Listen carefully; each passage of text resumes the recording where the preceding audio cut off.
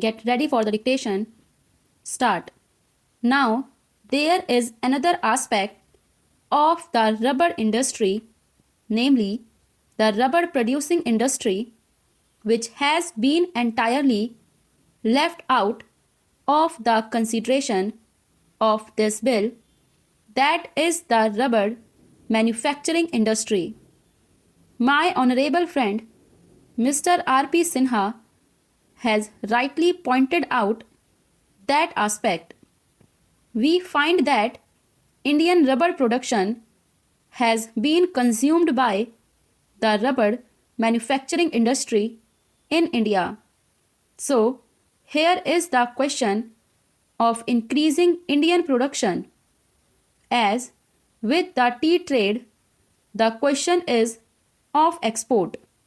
As yet, the structure of the tea trade and the trends of the tea trade are such that it is mainly dependent on export, and whenever there is any loss of export market, there is a hue and cry of a crisis. But in the case of the rubber industry, all the rubber produced in India is consumed by the rubber manufacturing industry in India.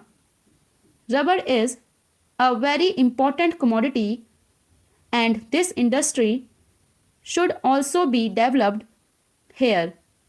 There is a deficit in Indian production. So, the government thinks of allowing import of rubber. If the production of rubber is increased by 27,000 tons a year, that will be consumed in India. That is all very true. So, my point is that in connection with the development of the rubber industry, we cannot leave the rubber manufacturing industry out of our consideration. These are closely connected with one another. Coming to the question of the rubber manufacturing industry, my friend Mr. R.P. Sinha has rightly pointed out that it is also dominated mainly by foreign companies. The rubber manufacturing industry in India produces various types of rubber goods from tires to waterproofs and other rubber materials. They produce tires and tubes, cables, general mechanical goods, including roofing, footwear, and so on.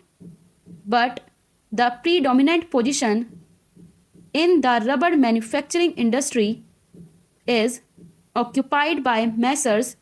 Dunlop Rubber Company, Messrs. Firestone Tire and Rubber Company, Bata India, etc.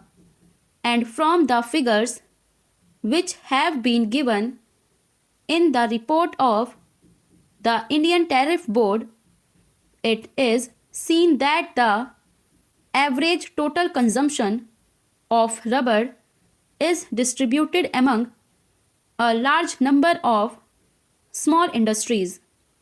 Here also, the question that arises is this: how should we treat these concerns, these big, gigantic concerns? Sir, I have not studied the condition of labor in these industries of Messrs. Dunlop, Firestone, and Goodyear Company.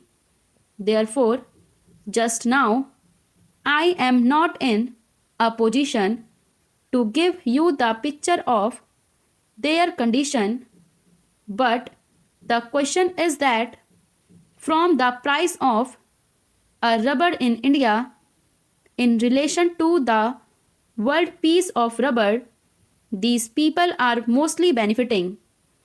It is true that prices cannot be fixed in such a way that the big concerns will pay one price for the rubber and the small concerns will pay another price for rubber. Here also, the main question that comes is this. If we want to develop the small units, the question arises of putting some check on the profits made. These big foreign concerns must go. It is they who are taking all the advantage of the present position in India. About that aspect, I find that there has been no mention in the bill and there was no indication in the speech of the Honorable Minister for Commerce. Then lastly, I would like to say that here also the government has taken the power to appoint the chairman and is going to reconstitute the board. The same remarks which I made in connection with the chairman of the coffee board are valid here.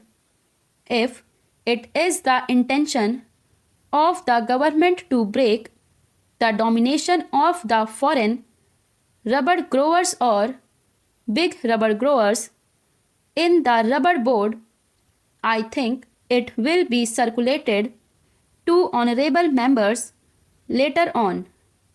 Let there not be any foreign representation on the board. If the government is not prepared to accept that suggestion, then also it can take certain other minimum steps. It can increase the representation of small growers. It can increase the representation of labor. The representation of small growers has been increased by 1, but the representation of labor should be increased. I do not suggest the number now. In this manner, if the government thinks that the reconstitution of the rubber board is essentially necessary in order to exercise its powers for the development of the rubber industry, then the reconstitution should be on proper lines, not simply by having a nominated chairman, not simply by indulging in eyewash activities. The government should do everything to check the big foreign interests and big growers. Mr. Vice Chairman, as has been pointed out, we have a series of similar bills. Rubber is a cash crop and therefore I think the government should be very careful to see that in fixing the price of rubber, the price of the manufactured articles is borne in mind. The honorable member who preceded me has pointed out that the rubber manufacturers are mostly foreign firms and the figures that he has given are really staggering. It has been pointed out that during the last 10 or 12 years, the profits distributed are 350%. That means the original 1 crore of rupees have received 3.5 crores of rupees as profit.